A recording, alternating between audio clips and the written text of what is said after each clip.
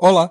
Nesta aula iremos aprender a controlar a movimentação dos jogadores pela sala de jogo, além de transmitir as novas posições do jogador local para o servidor. A cada mudança de posição e rotação do player local, devemos enviar essas novas informações ao servidor, para que ele possa atualizar o status do jogador local para os demais jogadores online. Da mesma forma, as posições relativas aos demais jogadores online serão enviadas para o jogador local por meio do servidor. Vá até o editor do Unity e abra o script Player Manager.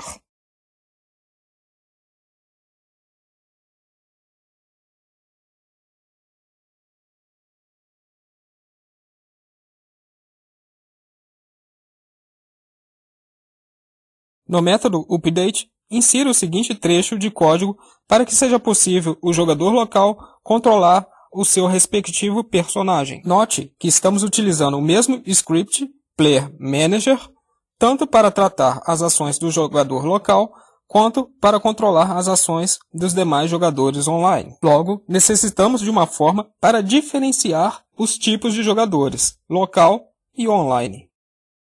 Para fazer isso, iremos criar uma variável do tipo bool chamada isLocalPlayer. Essa variável assumirá o valor true, ou verdadeiro, nos trechos de código em que estivermos lidando com o player local, e o valor falso, ou false, nos trechos de código em que estivermos lidando com um player controlado pelo servidor, ou um player online da rede. No método update, adicione uma condição if utilizando a variável isLocalPlayer para o trecho de código responsável pelos inputs do usuário e controle do jogador local. Agora precisamos de um método que seja responsável por transmitir as novas posições e rotações do jogador local para o servidor. Crie um novo método chamado updateStatusToServer. Basicamente, este método fará uma chamada à classe NetworkManager para que a nova posição do jogador local seja transmitida ao servidor. Abra o script NetworkManager e crie um novo método chamado emitPosAndRoute.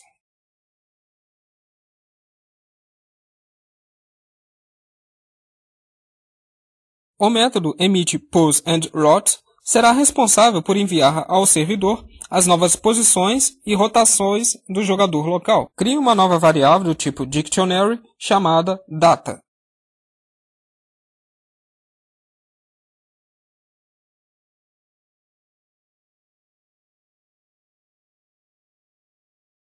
Na variável Data, crie um novo campo chamado Position e insira as posições x, y e z da variável _newPos separadas por vírgula e em formato de string. Crie um novo campo chamado Rotation e insira as coordenadas x, y, z e w da variável _newRoute concatenadas e separadas também por vírgula, no formato de string. Agora, para enviar a posição e a rotação do jogador local ao servidor, iremos utilizar o método emit da variável socket. Digite a instrução socket.emit, seguido do identificador move_and_rotate, entre aspas, seguido da variável data convertida no formato JSON. Retorne ao script Player Manager. No método update, crie uma verificação utilizando a instrução if, para identificar se o player moveu o jogador. If h ou v diferente de 0, faça uma chamada ao método updateStatusToServer. No método updateStatusToServer, faça uma chamada ao método da classe NetworkManager emitPosAndRoute, fornecendo a nova posição e rotação do jogador local respectivamente. Salve o script Player Manager e Network Manager e retorne novamente ao editor do Unity. Agora devemos configurar o servidor Node.js para receber as novas posições do jogador local. Configurando o servidor Node.js para receber a posição e a rotação do jogador. Fora do Unity, navegue até a pasta onde está o arquivo JavaScript do servidor, server.js. Abra o script com o editor de código de sua preferência. Criaremos uma nova função para receber a mensagem do Unity contendo a posição e rotação do jogador local. Dentro de io.on, crie uma nova função do tipo socket.on.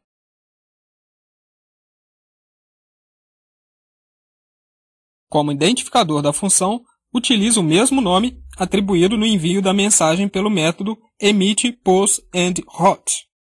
No caso, utilizamos o identificador move and rotate. O atributo pack da função armazena o pacote JSON transmitido pelo Unity, contendo a posição e a rotação do jogador local concatenadas em string. Dentro de socket.on, crie uma nova variável do tipo JSON, chamada data, contendo 3 campos, ID, position e rotation.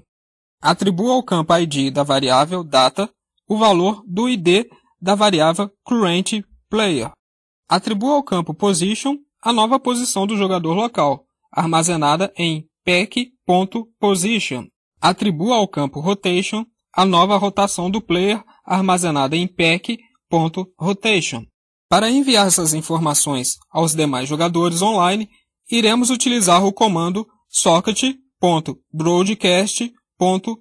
Digite a seguinte instrução: socket.broadcast.emit, abre parênteses, update _pos _end _hot, data. Salve o script server e rode o servidor por meio do prompt de comando do Node ou pelo CMD. Para rodar o servidor por meio do CMD, navegue até a pasta raiz do servidor utilizando o comando cd. Em seguida, digite o comando node seguido do nome do servidor, no caso, server.js.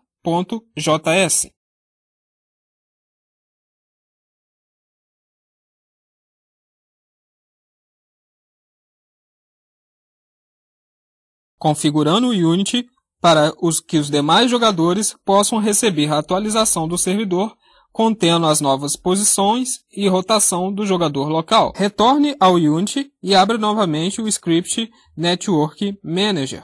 No método Start, crie uma nova instrução do tipo socket.on, seguida do mesmo identificador utilizado no envio da mensagem pelo servidor Node.js. No caso, utilizamos o identificador update _pos _end _hot. Ainda no método socket.on, configure uma função para tratar a mensagem de resposta do servidor. Para este exemplo, iremos criar uma função chamada onUpdatePos and hot. Crie um novo método onUpdatePos and hot.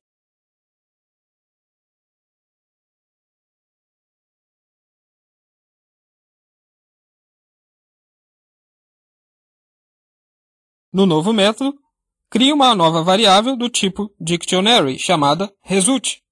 Instancie nessa variável o pacote JSON que chegou do servidor. Crie também uma variável do tipo Player Manager, chamada netPlayer. E instancie nessa variável o jogador presente na lista de clientes, utilizando para isso o ID do jogador local fornecido pelo servidor.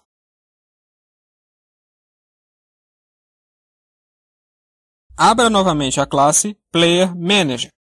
E iremos criar agora um método chamado updatePos and hot para atualizar as novas posições do jogador corrente.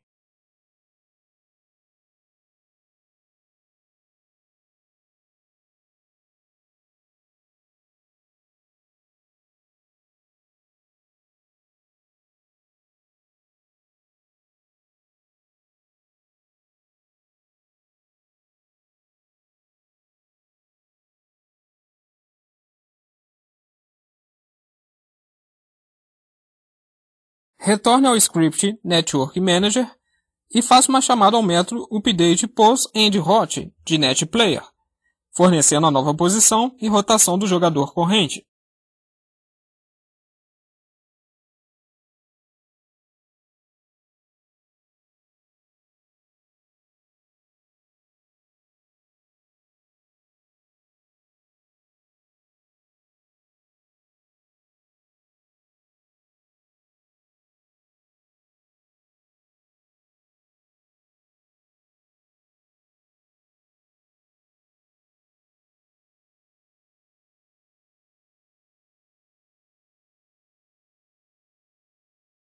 Retorne ao método onJoinSuccess e marque a variável isPlayer local de Player Manager como true.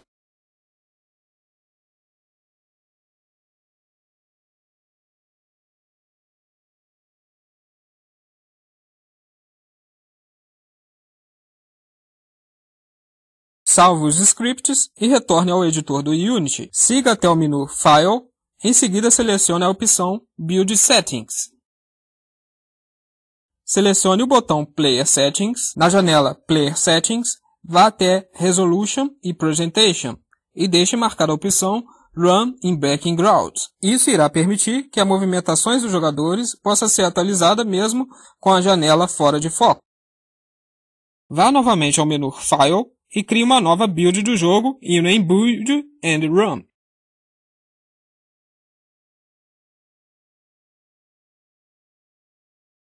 Rode uma instância do jogo também pelo editor do Unity para testar a movimentação dos jogadores.